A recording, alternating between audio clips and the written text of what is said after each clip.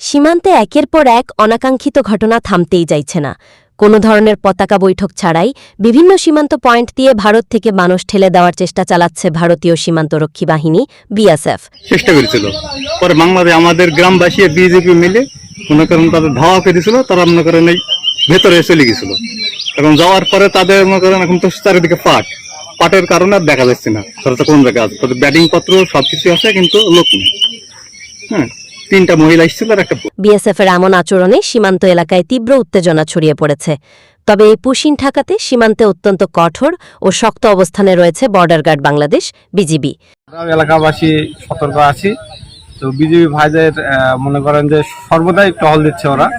আমরা চাচ্ছি না যে ইন্ডিয়া থেকে কোনো লোক পুশিন করুক। 4 জন ইন্ডিয়ায় বিএসএফ দৃষ্টি মাথায় পুশিং করেছিল, সে লোক আমরা তখন সকালে দেখছিলাম না। পরে বিজিবিতে মনে করেন বাড়ি বাঁকার ওখান থেকে লোক ব্যাক নিয়ে আসার পরে গ্রামবাসীকে ডাকলো, ডেকে মনে করেন ওই ইন্ডিয়ার ভেতরে লোকগুলো পাঠাই দিল।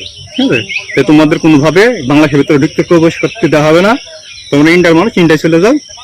যে মনে করেন ওরা ইন্ডিয়ার গেটের কাছে দিয়ে আসলো বিজিবিতে। মেহেরপুর জেলাটি ভৌগোলিক কারণে বেশ সংবেদনশীল। জেলার পশ্চিম, উত্তর ও দক্ষিণ এই 3 দিক জুড়েই রয়েছে ভারতের সীমানা।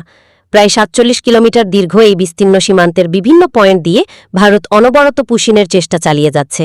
বিএসএফের এই অনুপ্রবেশ করানোর তৎপরতা রুখে দিতে বিজিবি ও স্থানীয় জনতা সম্মিলিতভাবে প্রতিরোধ গড়ে তুলেছে।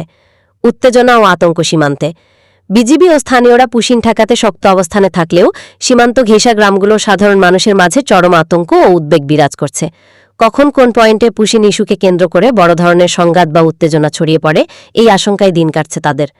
মেহেরপুরের সীমান্তবর্তী এলাকা যেমন কাজীপুর, তেঁতুলবাড়িয়া, বাজিতপুর, ইশাখালী ও মুজিবনগর সহ বিভিন্ন এলাকায় হাজার হাজার বিঘা ফসলি জমি রয়েছে। এসব জমিতে প্রতিদিন স্থানীয় কৃষকদের নিয়মিত পরিচর্যা করতে হয়। কিন্তু বর্তমান উত্তপ্ত পরিস্থিতির কারণে কৃষকদের মনে তীব্র ভয় ও সংশয় জেঁকে বসেছে। মাঠে কাজ করতে গিয়ে কখন কি পরিস্থিতির মুখোমুখি হতে হয় সেই আতঙ্কে ভুগছেন তারা। পরিস্থিতি নিয়ন্ত্রণে রাখতে এবং যে কোনো ধরনের অপ্রীতিকর ঘটনা এড়াতে সীমান্ত জুড়ে বিজিবির টহল ও নজরদারি আরও জোরদার করা হয়েছে।